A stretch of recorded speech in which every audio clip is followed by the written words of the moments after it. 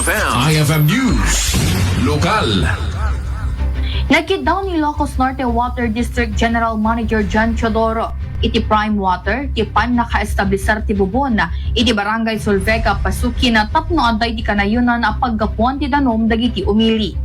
Inlalawag ni Teodoro kasapulan nga aday ti may pastek a bubon tapno saan na namang namnama iti spring source. Inay na, lakit di saan na maperdi a transmission line daytoy na pinpintas paya paggapuan ti danom gaputa libre kan iti kalidad na. Ang drill tayo iti well ije pasukin at ang hantay nga agre-rely nga mamimpinsan ti DJ spring source tayon.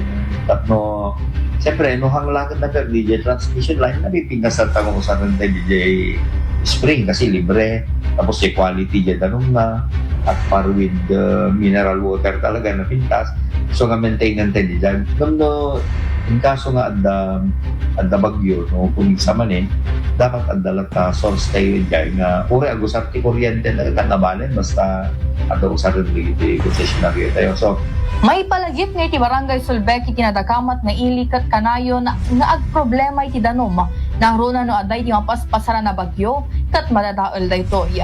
Rason nga awan ti danom nga usaran dagiti agindeg. Para iti IFM News, Idol Bernadette Toledo, Tatak, IFM.